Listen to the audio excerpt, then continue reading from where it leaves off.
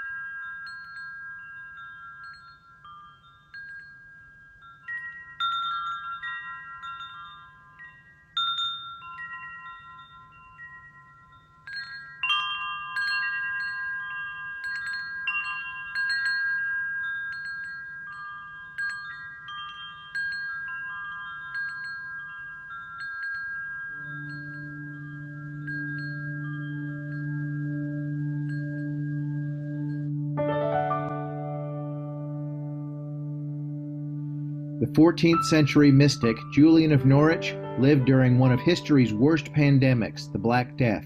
Still, she said it was a mistake to see suffering as God's rejection. In humanist terms, present-day Kentucky poet Wendell Berry also talks about being at home in this precious world.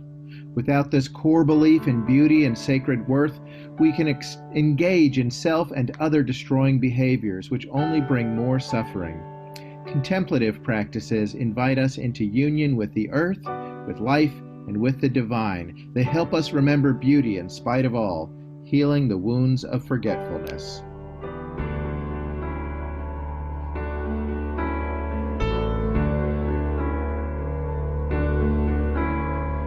For the beauty of the earth,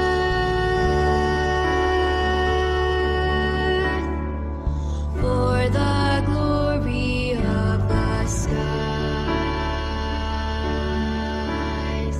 for the love which from our birth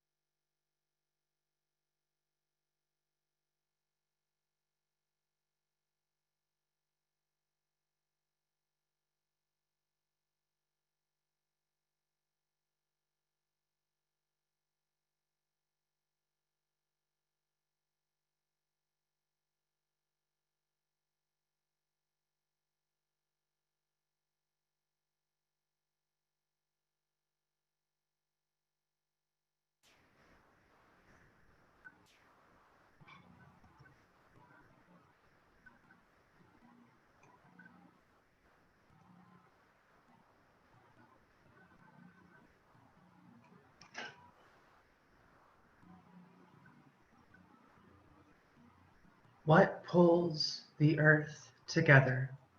Stone to stone, shard to shard, what cradles into the sphere, sublime the shape of infinity, 3 dimensions of space at once smooth and jagged, 3 gifts of the Spirit, call them faith, hope, and love, the greatest and so often most subtle, being love, closer than our own soul it is. As gravity in her ways combines the afterbirth of a star into something stable, something sometimes sustaining, might love and the beauty therein be the force of nature that brings us together now, sometimes like a meteor slamming into the face of the moon, sometimes like a feather drifting into your palm.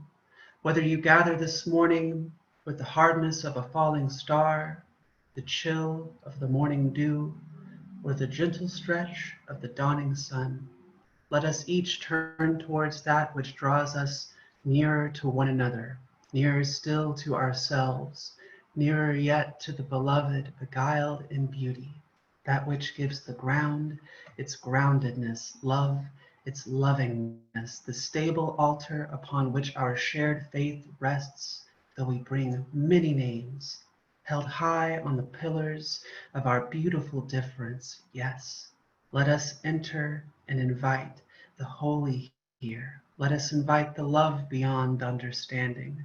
Let us here, gathered in love, make this place holy now.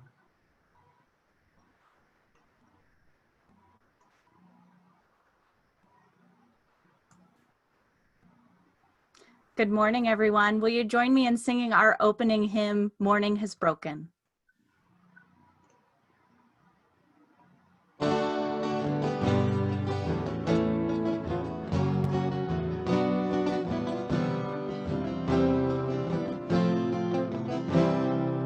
Morning has broken like the first morning. Blackbird has spoken like the first bird. Praise for the singing, praise for the morning, praise for them springing fresh from the word.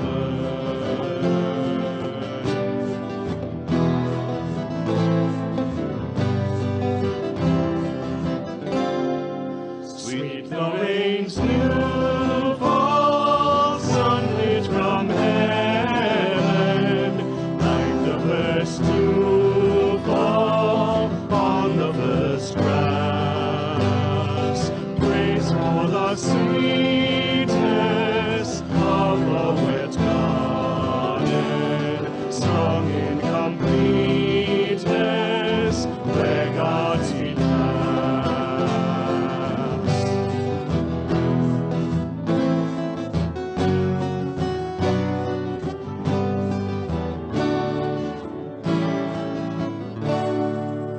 Mine is the sunlight, mine is the morning, born of the one night Edens of plain. Praise with elation, praise every morning, God's recreation of the new day.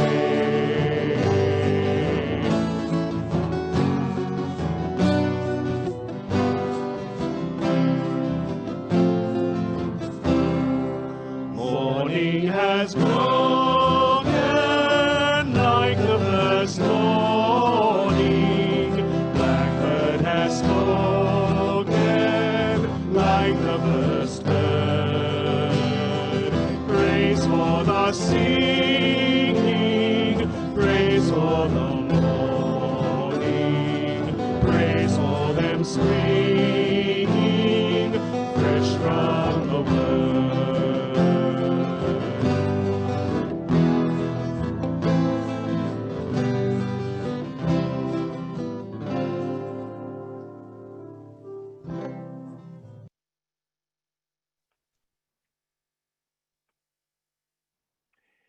In this series, Reflecting on Beauty, we're invited to the open-eyed experience of looking around. As we literally look around, we may focus on something, one thing that reminds us of the holy, or we may let our gaze wander so as to give thanks for all that surrounds us. Whether we look around with our eyes or our other senses, we notice the beauty before us, above us, and below us, and we also notice the suffering within and around us. In that spirit of mindful attention, of looking around, let's come now into a time of quiet reflection, preparing for a time of meditation and prayer. You can put in the chat box one single word to share what it is you're noticing or how you are. You can light a candle and hold it up to the camera to build our virtual altar. Or you can send a prayer request to oruuc.community.prayers@gmail.com. However you are, wherever you are, and whatever part of your story you're in, all that you are, have been, and will be is welcome here, and especially now.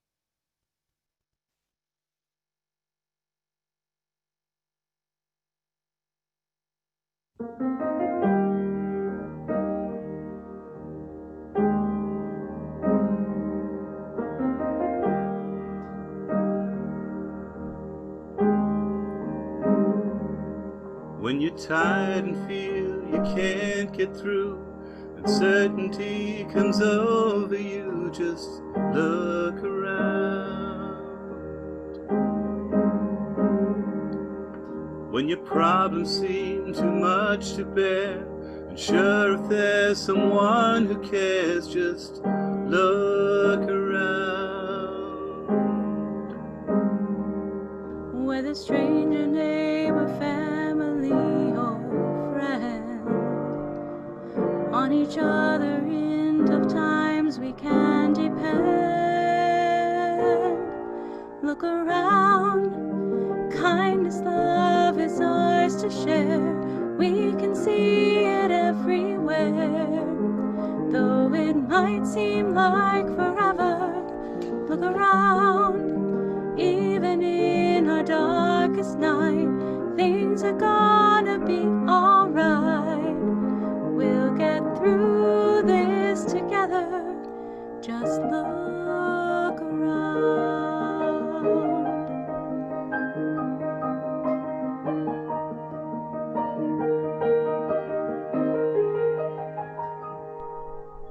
Sometimes it can be hard to see, life is full of possibilities, so look around.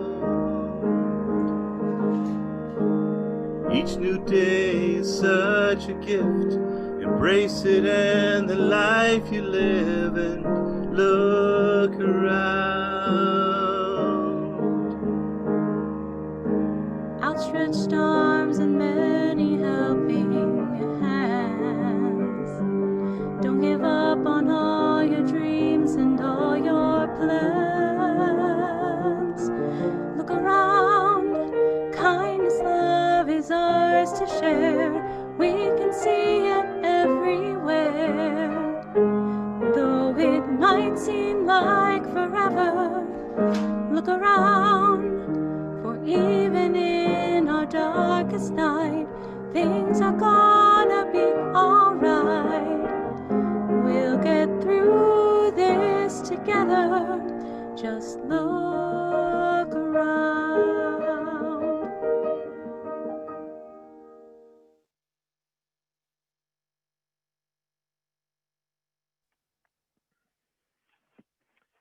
I invite you to take a deep breath in and out again, allowing your eyes to close or your gaze to settle on a still point before you as we come into this time of contemplation, open hearts, and prayers.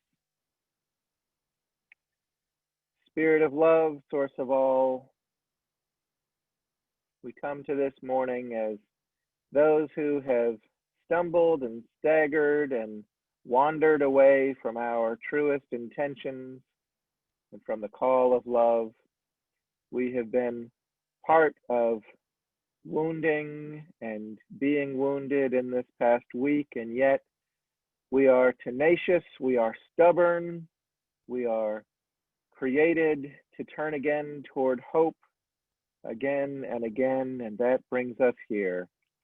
And as we do this morning, we especially lift up the prayers of some among us. There's one among us who asks for prayers for those people who are trying to make it through these difficult times financially and mentally. May they feel encouragement, and as a community, may we be there to support them. Let us hold all who struggle financially and mentally, especially in these times, knowing that some of us, some days, and maybe a lot of the time, are some of those struggling people. Let us together as a community gather around them and gather around that suffering within and around us, and be part of healing and be part of that encouragement and care. There's one among us who lifts up their brother, who is an RN, a registered nurse, who now has COVID, and requests prayers for a quick and full recovery.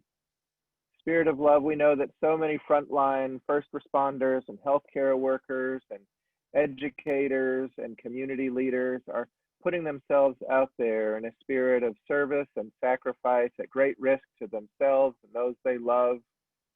And so as we lift up this nurse who is also a brother to one of us, we also remember all of those who are affected and have been touched and laid low by COVID, with hope that the power of healing would be in them and wisdom would be with those who tend to them toward care and healing and wholeness again.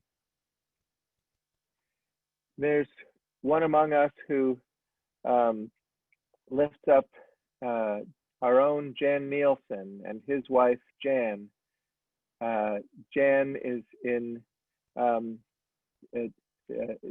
ICU at Bryn Mawr Hospital with an as yet undiagnosed severe illness. And so we lift up Jan, who we know so well, and his wife Jan, who now is in the hospital.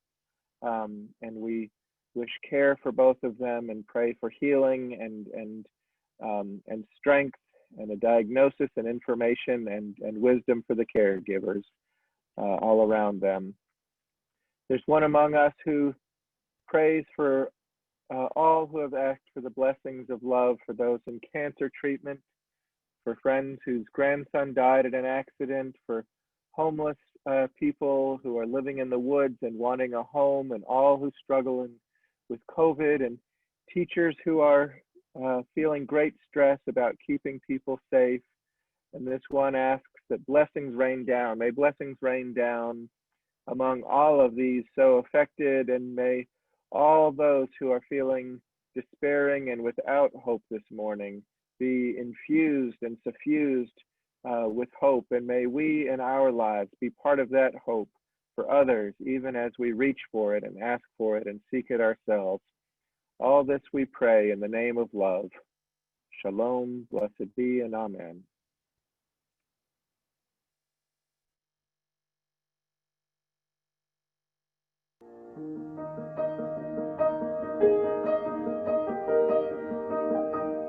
Don't lose faith, keep hope alive, 'cause together we'll get to the other side.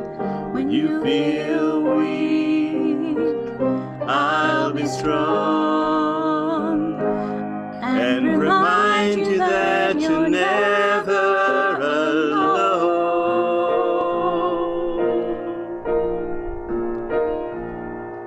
Look around, Kindness, love is ours to share. We can see it everywhere. Though it might seem like forever, look around. For even in our darkest night, things are gonna be alright.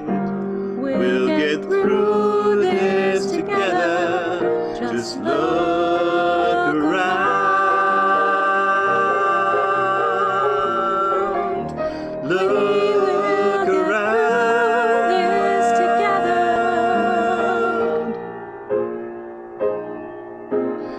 Just look around.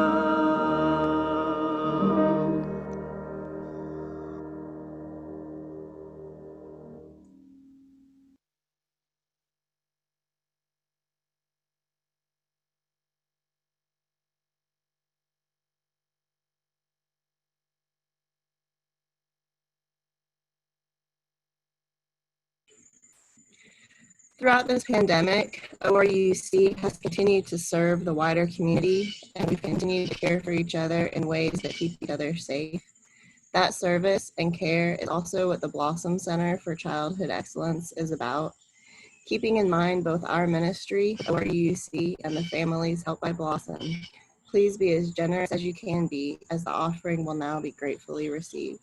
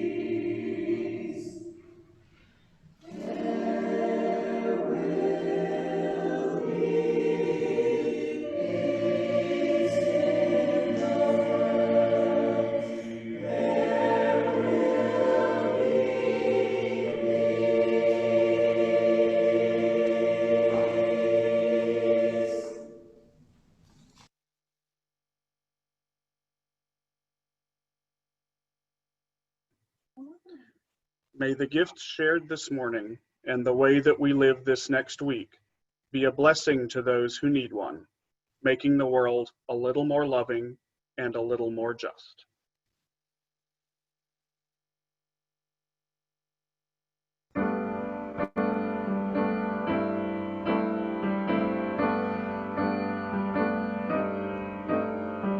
Rooted in love, we covenant,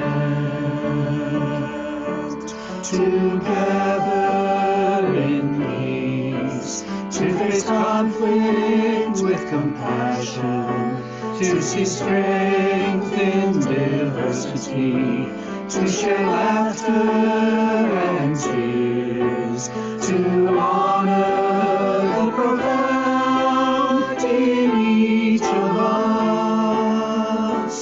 With purpose and passion, we care for one another, and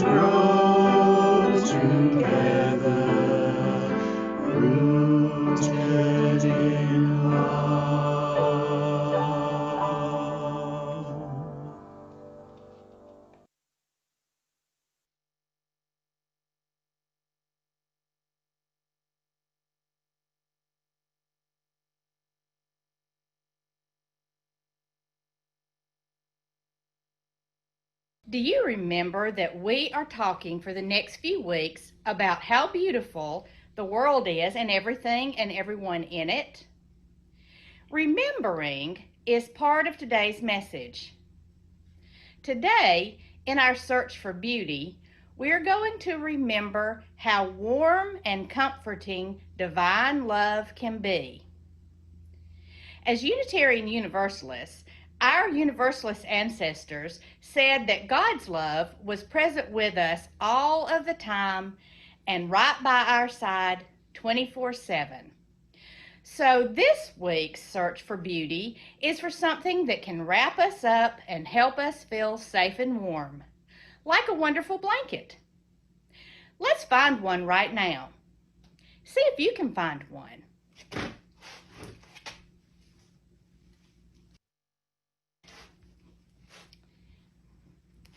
Great. Let's wrap up in that blanket. Are you beginning to feel warmer and cozier? There's an ancient reading called a psalm that calls God a refuge, which means a safe place when we're feeling alone or scared. When people are feeling scared or cold after something like a storm, one of the first things we want to do is wrap them up in a blanket because it not only helps their bodies, it helps their hearts feel better. So this week, we're going to wrap up in a blanket whenever we feel like it, and remember that we are never, ever alone. Like that blanket, the love at the heart of the world is wrapping us up. And when we wrap others in love, we create a more beautiful world of warmth and goodness.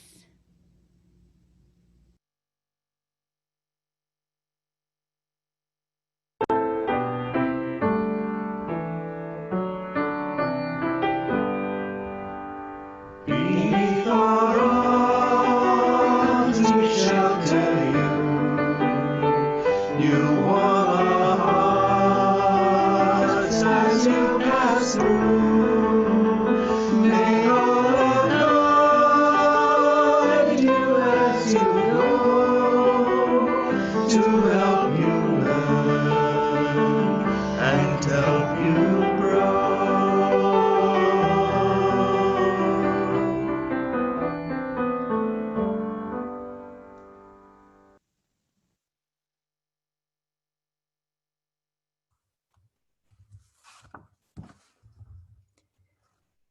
Last Sunday, as we began, let's see, am I unmuted? There. Last Sunday, as we began this worship series, Jake introduced us to Lectio Divina, an ancient practice of reflecting on chosen texts by savoring them. To savor is to save the taste, to hold it in our memory, to take something in and allow it to linger with us. Today for Lectio Divina, we're going to hear Wendell Berry read his own poem, Into the Peace of Wild Things. We're going to see him in what was part of a movie released in 2014, GMO, genetically modified, so GMO, OMG. It was a documentary about that issue of GMO products. So I invite you, as you hear Wendell Berry read his own words, to notice a word or a phrase that especially resonates with you. Let that word or those words become a mantra for you. Repeat them, repeat it to yourself. And in the coming week, open yourself to what that word or those words have to say to you in your life.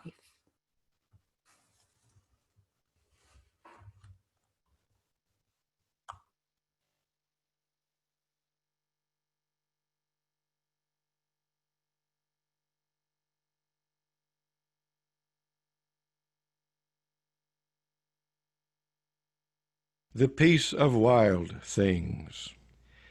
When despair for the world grows in me, and I wake in the night at the least sound, in fear of what my life and my children's lives may be, I go and lie down where the wood drake rests in his beauty on the water, and the great heron feeds.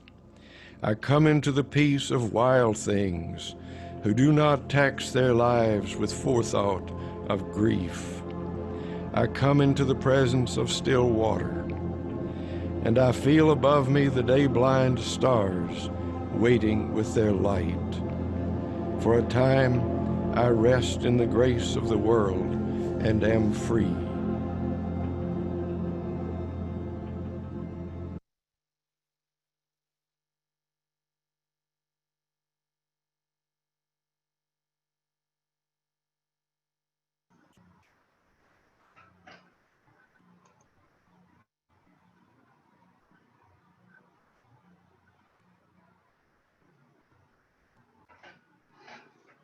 I am glad to be back with you, friends, and I miss you all dearly.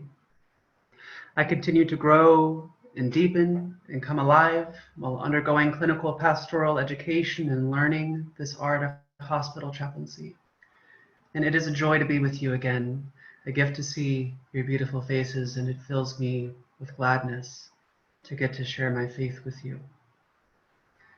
As we are exploring beauty this month, I would like to share how for me, how seeking the beautiful, the sublime, in the very heart of pain, in the hospital room, both the pain of the patient and my own pain, has brought me closer to illuminating the mystery and the beauty of my own faith. I have felt very far away from many ideas about faith and faithfulness, even as I was stepping into these first few uneasy steps in ministry. And if you had asked me to write a sermon about beauty a year ago, I might have raised an eyebrow. Beauty? Beauty so often gets reduced to something plastic, something cheap and novel. Beauty is for sale, so to speak, and so to seek beauty is to seek after vanity. And this is a trap that we might easily fall into if we are not careful. I have no such cheap illusions about beauty today. After seeing how profoundly healing just flowers can be for an ailing person, even if the flowers are plastic, or the miracle that might accompany some well-loved hymn to a person with dementia that brings them back to life only for a moment. There is no way that I might see beauty as something cheap, something artificial, even if it is artificial. What I mean to say to you this morning, and what I've come to believe in my heart of hearts, is that I know who I am, and I know what holds me. I know that beauty, grace, love, and becoming, like flowers on a windowsill in a hospital room, that these are the things that make life livable at all, particularly when our lives are dominated by distance and resigned to a real anxiety. We may be asking ourselves, we may have been asking ourselves, when does this end? Where are we going? What will happen to me and all the ones that I love? What are we becoming?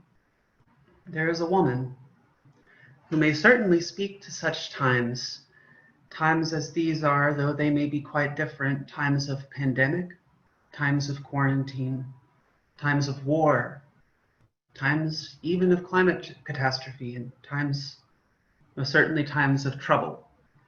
Julian of Norwich is perhaps the ultimate quarantiner, and I believe she has much to offer us over 7 centuries later. Julian was a young woman, about my age, in her early 30s, when she left what life she had behind to become an anchoress. The 1300s were a time of great unrest, and people sought a contemplative life out of society or somehow separate from it to live out their days in pursuit of purification and spiritual insight. Hermits, anchorages, monks, nunneries, these sorts of things proliferated during the time, and we know very little about Julian the person. but we know that she was walled in to the side of St. Julian's Chapel in Norwich, a once thriving economic hub and cultural center now ravaged by a plague which left 60% of its occupants dead, 60% of her neighbors gone. Yet even amongst this very real and visceral misery, Julian produced the text known as Revelations of Divine Love, among other things. It was the first piece of literature attributed to a woman in English. Perhaps its best known quote are the words, "All will be well, and all things will be made well," the final message she relays to us in Revelations of Divine Love, that God is in the business of making all things well. To Julian, the common message of the plague, the wars, the suffering, this was a form of divine punishment that was being commonly given down by clergy, was wrong. How is it that amongst the strife of her times, that Julian was able to present such an idea? All will be well. Almost certainly was not well for most of the people of her time. Life was certainly not well for Julian herself, being plagued with fevers and illness in her tiny confines with but a few windows to see into the church or to offer counsel to passerbys. Some scholars also figure that she may have lost her family to plague or to war. Her writing about motherly love may suggest that she might have been a mother herself before entering the Anchorhold. But what good could such a message offer us today in our societies of control and our times of and our worry? All will be well. All will be well. Well, Julian casts out the myth of punishment, this lie we so often fall towards, where we believe that if something is wrong, then punishment is the solution. And so if things are wrong, if things hurt, if there is suffering, then we must be being punished somehow. We're bad. We're broken. Even if we do not find ourselves believers in a heavenly tyrant, one may nonetheless find themselves steeped in this lie, and a lie it is. It is a lie. To Julian, the plague was not a punishment. Suffering is suffering. To be is to be in suffering. We see this in other traditions around the world too. Look at our brother Buddha.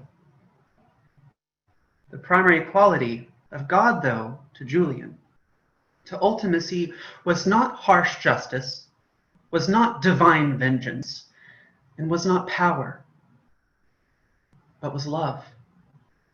A more than human love. A love that never quits. I've heard Reverend Jake say it. A love that we cannot escape. A love that may not be able to strip us of all our pains. It is not a cheap magic trick. It is a love that permeates, pervades, and is present to us. To Julian, we don't need to deserve this love. Often, when I was growing up, I was taught that I was unworthy. I was unworthy of the love of God, but that Jesus died for my sins. But to Julian, it seems that deserving it was never in the question in the first place. To Julian, the truth that God loves us, all of us, and all that we are, and all that is. This life, this world, this universe, it is something unfolding like a flower. We are held in that love, in that beautiful, emergent, creative love. Now, Julian is most certainly proclaiming God here, and many of us in our tradition articulate our understanding of such things as gods, the sacred and the sublime in many, many different ways. But I believe that ultimately we can understand Julian's plight and her ultimate perspective, no matter how we're thinking about who God is, or what God is, or if there is a God at all. Julian is talking about ultimate trust as a means to see beyond and to survive our circumstances, even to thrive.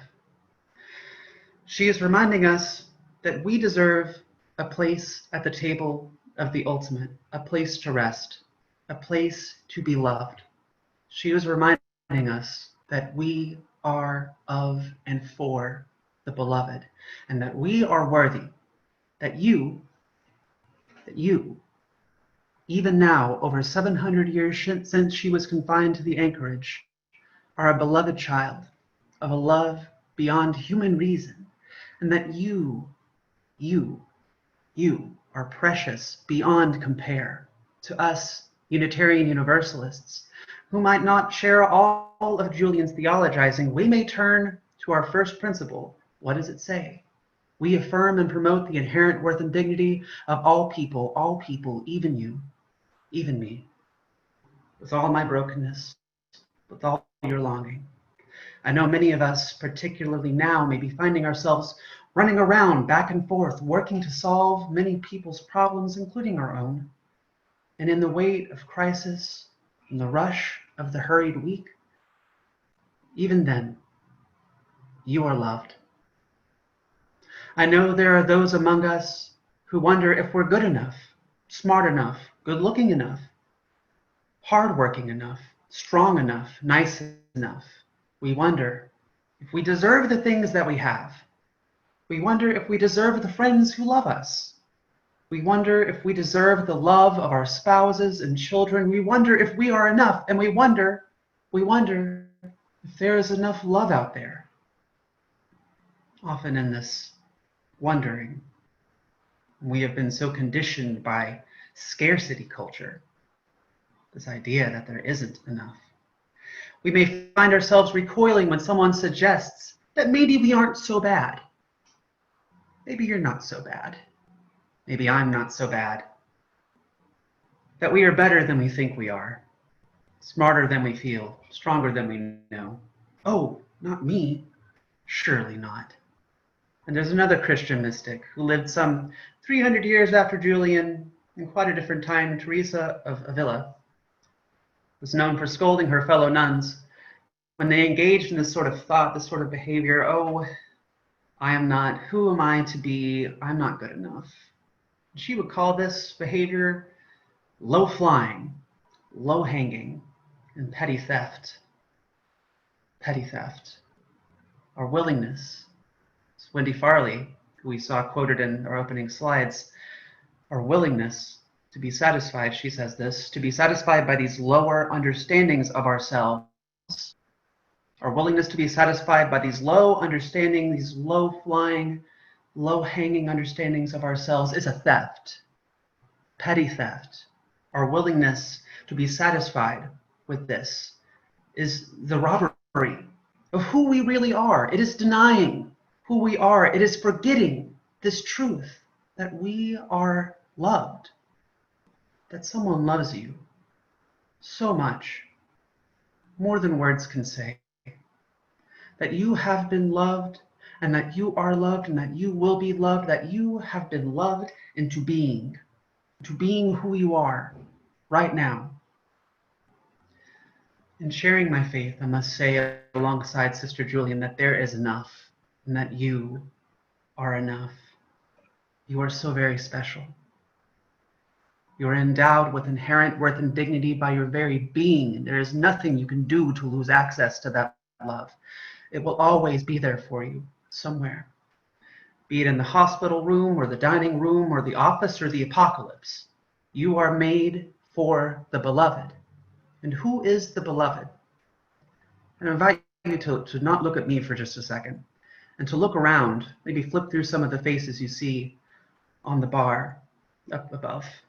Look at the ones sitting next to you, to the friend who loves you, to the mother who loves you, the father who cared for you, the mentor who set you aright, the child whose smile stretches far as the sky, the neighbor who knows you as beloved, and trust with that ultimate trust that somebody loves you, somebody knows you, somebody has loved you into who you are today, and you are the beloved, shaped and transformed by that love.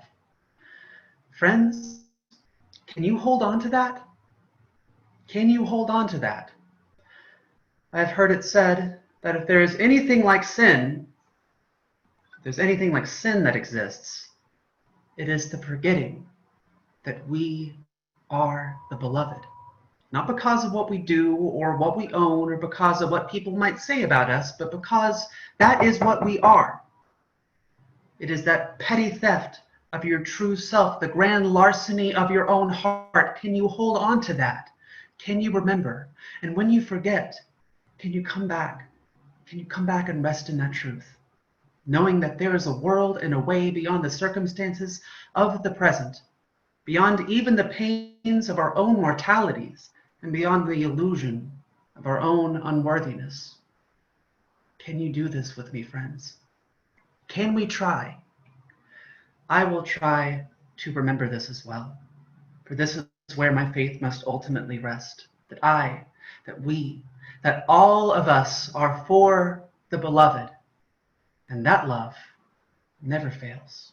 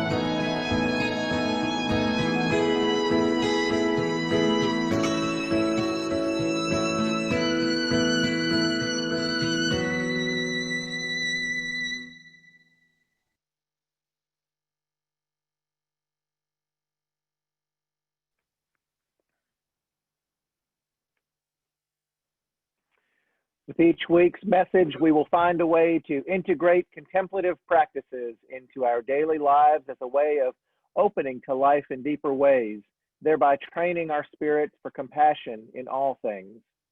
This week's ritual action is to be intentional about taking time to feel warmed by the love at the heart of the world. Set a reminder to spend some time warmed by facing the sun or while wrapped and cradled in a soft blanket. As you do so, allow your mind to slow and your heart to open, your eyes to drink in your surroundings, to understand intentionally how you are worthy of love and how you are already loved. You may want to put a note nearby Your very essence is warmed by the presence of divine love. Be reminded to offer that warmth to others for the beauty of the earth.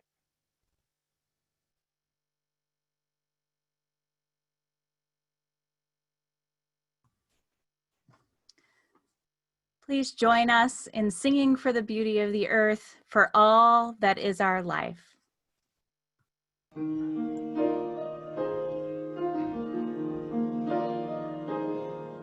For all that is our life, we sing our thanks and praise. For all life is a gift which we are called to use to build the common good and make our own days glad. For needs which others serve, for services we give, for work and its rewards, for hours of rest and love, we come with praise and thanks. For all that is our life.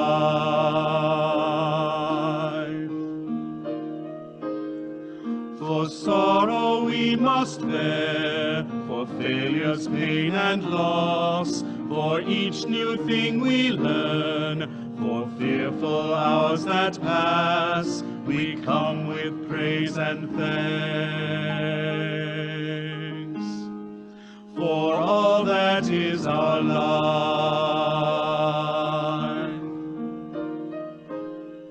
For all that is our life, we sing our thanks and praise. For all life is a gift which we are called to use to build a common good and make our own days glad.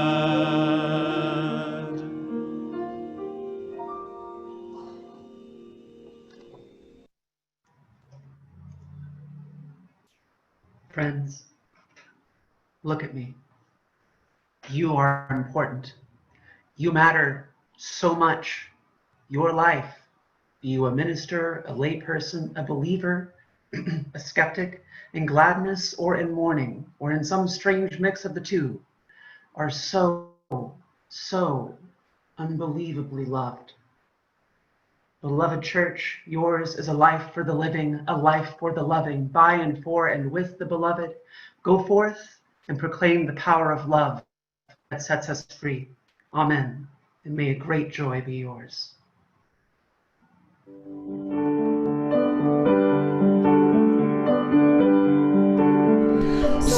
So